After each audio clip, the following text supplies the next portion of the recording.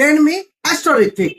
ఇదేంటంటే కొండలి అంటే మనం పుట్టినప్పుడు ఆ టైంకి ఆ పర్టికులర్ టైంకి ఈ స్పేస్ లో గ్రహాలన్నీ ఏ లొకేషన్ లో ఉన్నాయో అది కొండలిలో రిప్రజెంట్ చేస్తుంది అనమాట.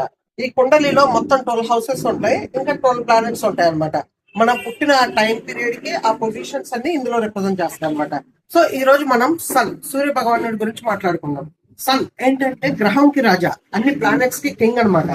సో సన్ ఫస్ట్ హౌస్ లో ఉంటే వాళ్ళ క్వాలిటీస్ ఎలా ఉంటాయంటే చాలా బ్రైట్ గా ఉంటారు అనమాట. వాళ్ళకి కొంచెం కాన్ఫిడెన్స్ ఎక్కువ ఉంటది అనమాట. ఇంకా సన్ ఫస్ట్ హౌస్ లో ఉన్న వాళ్ళకి ఏంటంటే ఈగో కొంచెం ఎక్కువ ఉంటది, చాలా గర్వంగా ఉంటారు అనమాట. గర్వంగా ఉంటారు, ఈగో కొంచెం ఎక్కువ ఉంటది అనమాట. వాళ్ళకి ఏంటంటే వాళ్ళ సెల్ఫ్ ఇమేజ్ మీద కాన్షియస్నెస్ ఎక్కువ ఉంటది అనమాట. వాళ్ళ ఇమేజ్ కాపాడుకోవాలని చూస్తూ ఉంటారు అనమాట. ఇంకా రాజా సాబ్ అంటే ఏంటి, ఎంతసేపు ఎవడ కానీ తీసుకోవడం ఉండదు అనమాట. సో అదే విధంగా వీళ్ళు కూడా ఎట్టి పరిస్థితుల్లో ఎవరిని హెల్ప్ అడగలేరు అనమాట. హెల్ప్ అడగాలంటే బాగా ఈగో అడ్డొచ్చేస్తుంది, గర్వంగా ఉంటారనమాట. హెల్ప్ అస్సలు ఎట్టి పరిస్థితుల్లో అడగరు, ఎటువంటి విషయాల్లో కూడా హెల్ప్ అడగరు అనమాట. వీళ్ళకి ఏంటంటే గవర్నమెంట్ అథారిటీస్ నుండి ఇన్కమ్ వచ్చే ఛాన్స్ ఉంది, ఇంకా గవర్నమెంట్ జాబ్ చేసే ఛాన్స్ ఉందన్నమాట.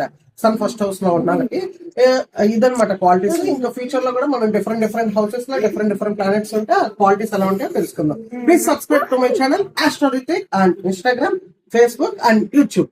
గోవిందా గోవిందా.